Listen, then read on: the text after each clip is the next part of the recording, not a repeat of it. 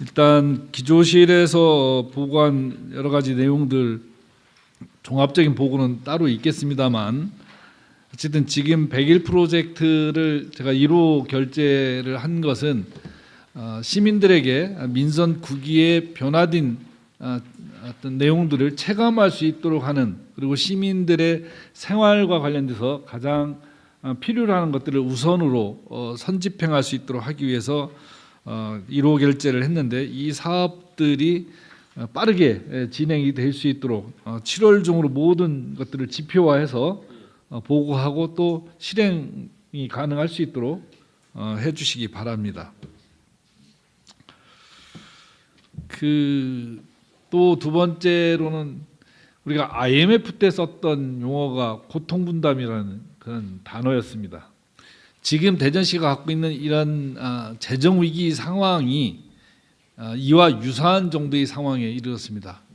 이미 언론 보도를 통해서도 우리 공무원들도 알고 있겠지만 실제 올해 재정 부족분이 5,400억을 넘어서고 있고 내년도에는 6,900억에 이를 거라는 보고가 있었습니다. 이것은 대전시 전체 재정 규모를 놓고 볼 때 사실 매우 심각한 내용이라고 할 수 있습니다.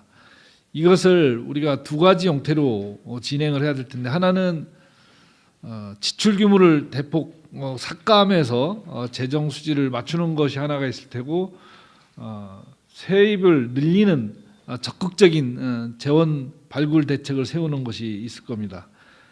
그런데 그 중에서도 우리가 지출을 줄이려면 결국은 지금 이 상황은 우리로부터 함께 이 고통의 분담들을 나눠야만이 가능한 일들이어서 우리 공직자 여러분들한테는 죄송스러운 이야기지만 불가피한 상황이다라는 것이 지금 기조실의 보고입니다.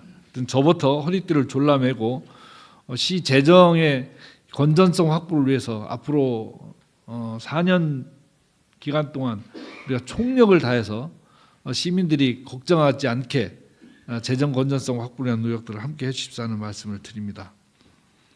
우리 시민안전실장은 오늘 첫 업무 보고라데 질문하기가 참 난감한데, 알고 있겠지만 대전시가 지난 몇 달간에도 대형 사고들이 있었지만 몇 년간에 걸쳐서 대형 사고들이 대전에서 많이 있었습니다.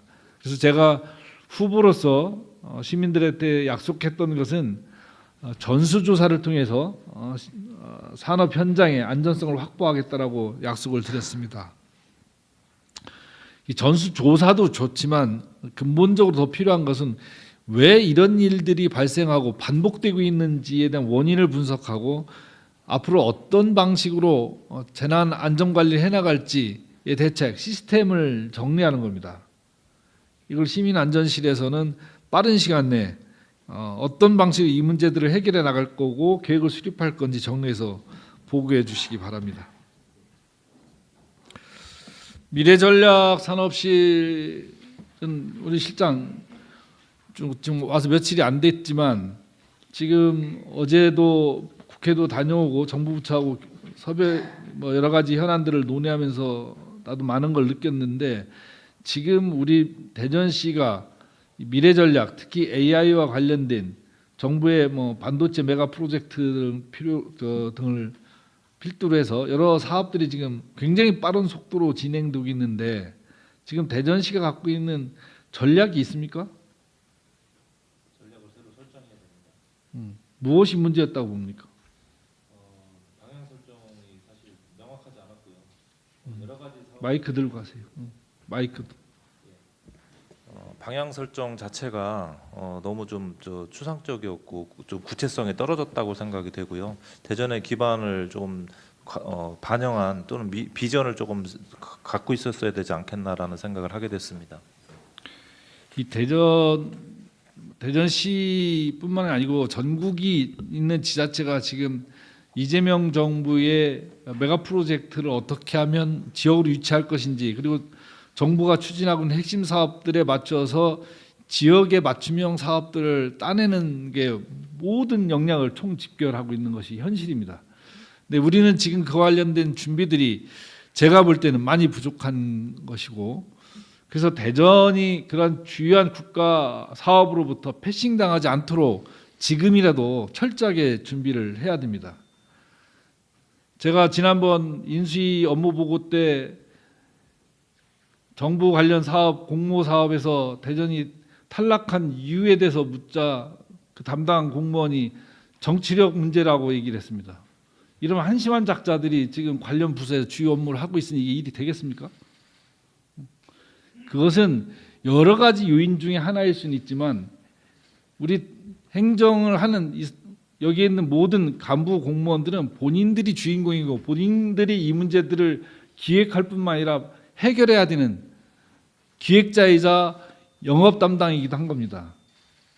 그런 측면에서 지금 미래전략실은 근본적으로 방향을 재수정하는 작업들을 해야 될 겁니다.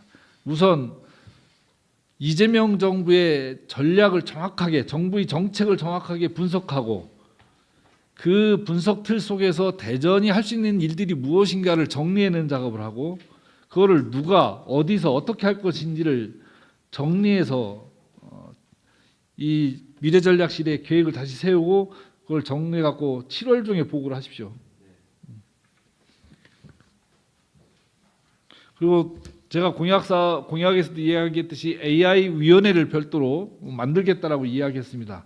물론 우리가 사업을 실무적으로 주관하는 것은 우리 관련 부서에서 다 진행하겠지만 대전의 산업의 미래들을 방향을 결정하는 것 그리고 특히 AI를 기반으로 하는 산업들의 변화들을 예측해내고 그것들 대전시가 무엇을 하는 것이 좋은지에 대해서 권고할 수 있는 것은 전문가들이 필요로 합니다.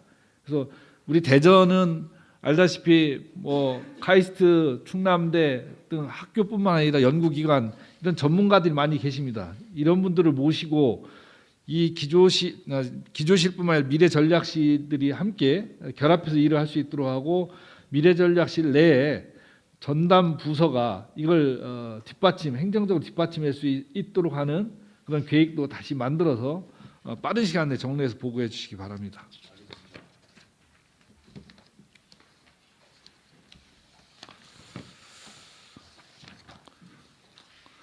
우리가 며칠 전에 7월 2일이었죠. 대통령이 참여한 자리에서 충청권 메가 프로젝트 발표회가 있었습니다. 안타깝게도 대전은 어떠한 것도 좀 내용에 참여하지 못하는 그런 자리였습니다. 물론 그 산업의 특성상 대전은 다른 영역에서 역할이 있을 수 있습니다. 그러면 그 프로젝트의 진행 상황에서 우리는 어떤 준비를 하고 있었는가 대전시는 그러면 정부 정책이 저 방향으로 가면 대전시가 할 수 있는 일들은 무엇인지를 정부한테 제안할 수 있어야 됩니다. 이제는 정부가 주길 바라는 시대는 끝났습니다.